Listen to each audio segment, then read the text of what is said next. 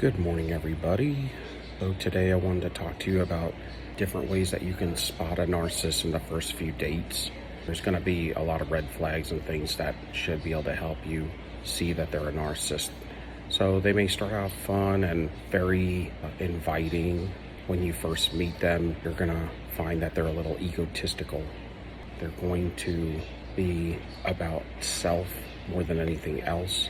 When you're going to get into conversations with them, you're going to have trouble with them. It's going to be like what people used to say, pulling teeth with them to get any kind of answer or situational answer about their past, just facts in general. It's very hard for you to get any information, and you're almost left more confused than before you even ask the question. But their conversations are very shallow because there's not anything there but a shell. You're going to be kind of like second guessing yourself, and if you're ever second guessing yourself, you need to question whether you're in the presence of a narcissist. Butterflies means you're in the presence of a narcissist because you're getting red flagged, but you're also getting mud bombed at the same time, so it makes you flutter. And in society today, they say if you get butterflies, it's a good thing, but it's not. There's going to be a lot of confusion in any conversation about where they grew up, where they live, where they came from, their birthday, their name, anything. It could be as bad as that depending on what level, if you're dealing with psychopathy. If you're in tune with your intuition, you're going to find that there's going to be a somewhat of a presence of emptiness, a hollow shell of a person, and you will feel that presence. And almost like it's going to be like an evil presence, because your intuition should probably tell you, your body, your mind, and your spirit will tell you that this person's out to hurt you. If you're honed your intuition, it will tell you everything. You just got to sit back and listen to it. It never lies.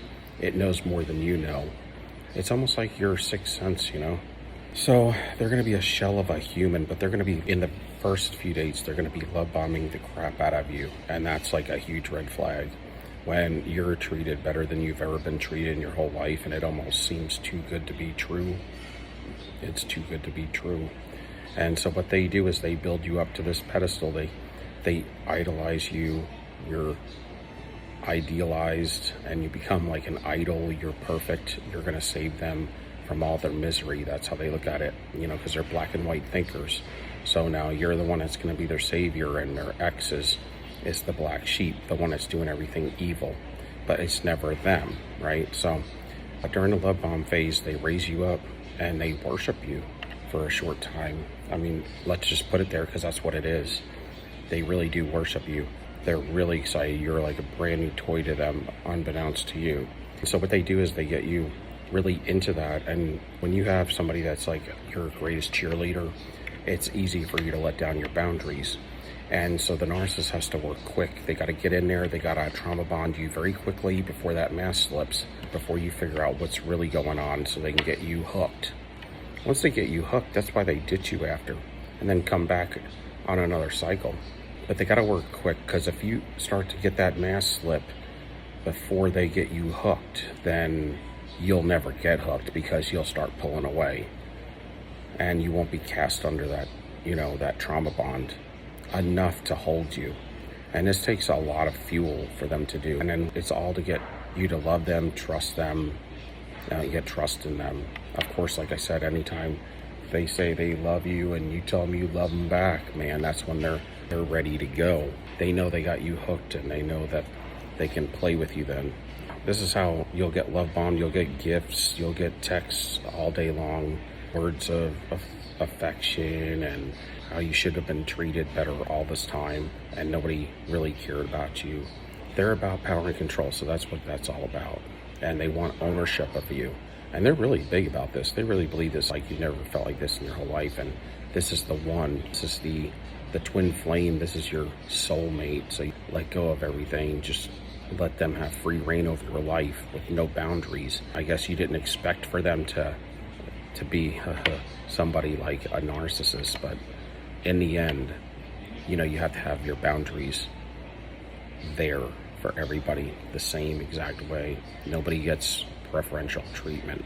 When they're talking about themselves, they're going to be indulging about all of their aspirations and all of their goals, all of the things that they've done, all of their achievements. But then when it comes to you and you start to explain a little bit about your life, you're going to find that they're checked out, that their eyes are glazed over, that they're not even motivated to listen.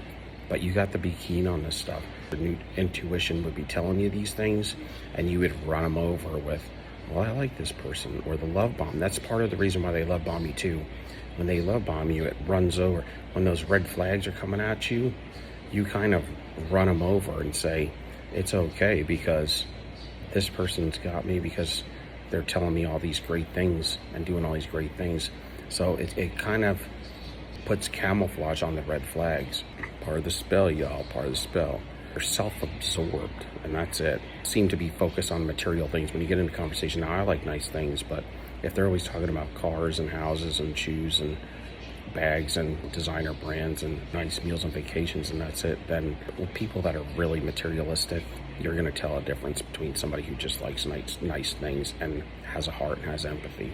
And then how do they treat the people, like the work staff around you when you're with them? Do they treat the servers right? Do they treat the valets right? Or do they create petty issues, petty problems, and no reason? Do they get angry at them? Do they look like that the wait staff or whoever is below them, beneath them? If you're with them and either you're watching a movie and something bad happens to somebody, or if you're out in public and something bad happens, or they perform something bad on somebody, do they look like they get enjoyment over it? Well, that's something that you want to keep in mind, because if they get enjoyment over it, then they're going to be sadistic, and people who don't feel empathy, this is going to be a telltale sign that their words don't meet their actions, and that whatever they're telling you in the love factor ain't working. If they're happy with somebody's pain, that's a problem. They're very egotistical. They're very self-absorbed, focused on attention and validation. So they're going to try to elicit that. And so you want to just pay attention. They're going to be concerned about their appearance, and when you're with them, they're going to be looking around, seeing who's looking at them, because they're always out on the hunt, on the prowl for new supply. But they're also always in fight or flight. They create so many problems with everybody in town that there's always somebody they're cheating on. That could be there's always somebody that they've done badly that is trying to get back on them. So there's always a reason for them to be looking around. But they're going to be concerned also about how they look, because when they're in the presence of you and they're love bombing you, and especially in the very beginning, they don't know you, they're going to be kind of anxious. So there could be like an anxious thing there. They want to look right. They don't want that mask to slip, and so they got to keep it on point. It kind of gives them anxiety because it's the first time they're lying to you. Do they avoid personal questions? So a lot of times a narcissist, they avoid personal questions all through the relationship. They don't want to give you any kind of pertinent information that you could use against them. They don't want you to know anything about their background, their present, their future, whoever they've been seeing in the. I mean, really, it's like everything's a complete darkness when it comes to any information with them. And so they don't ever answer questions as well, because they don't want to feel empathy. They know that if you're vulnerable with them, they disrespect you because you're weak. So they avoid vulnerability, and vulnerability would involve kissing. They don't like to kiss because it sets off certain types of emotions, and then they have to deal with them, but they don't want to go down that road. They've refused that road for the rest of their life. So they don't like to kiss. They only have sex for control and power manipulation over you and for fuel. They don't answer questions because if they do, it'll make them vulnerable, and they may start getting feelings for you. They want to stay detached, and they cord into you, they hook into you, latch onto you, but they don't have any kind of pair bonding. They don't, because they don't love. So it's transactional, and that's why they call it transactional, because they don't love. Everything they do is transactional. It's good stuff, y'all. Do they get vulnerable at all? Do they talk about anything with vulnerability? Or is it always about just all of their achievements, all of their strengths, but they don't talk about anything vulnerable about, except that they are the victim? That's typically what you'll get with them, that they're a victim from their past relationships, and a lot of people have done them wrong. But they're the greatest thing since sliced bread, and they haven't had a chance to make it yet, but it's coming now, and you're going to be their savior. So they're going to be focused on getting you to become vulnerable. So anything that you can tell them, they're going to put in their little database so that they can use it against you later on down the road. Just they want all the information they can get off you, so they can just abuse you more. So do they lie? Lying is the number one thing a narcissist does. They're pathological liars. All of them are. They'll tell you, sometimes they usually tell you the truth in a weird way, like from around the corners. But did they tell you like that they don't keep in contact with their exes? There's no contact with them. But then you'll find on the second or third date that, they're talking to their exes, and then they'll be like, well, we're just friends. That's their harem, y'all. That's their backup plan. That would be a lie. A liar's a liar. This is the deal with them. The first impression is really good, but then after that, everything dwindles and declines real quick because there's nothing in there. It's all a facade. It's all a bunch of pieces, traits, and acquisitions, things that they have stolen, taken, or copied off somebody else. There's nothing in there, and that's why they call it the mask. There's nothing behind the mask. So after you get past the first date, it usually declines quickly. The longer you're with them, do you like them less? Because if you are liking them less each time you go out with them, because you're finding out that they're more of a quack than, the first day that you started with them. Now it's seeming like there's so much confusion, there's so much avoidance, they don't tell you anything, they argue with you, all this stuff, it comes pretty quick. They always need validation. Do they get triggered? If you trigger a man, if you see him pop off, man, I would walk away, because that's a big one. Do they manipulate others for their use? Do they seek praise? Are they obsessed with attention? Do they really are empty inside because they just have no love, so they have no connection to self and no depth?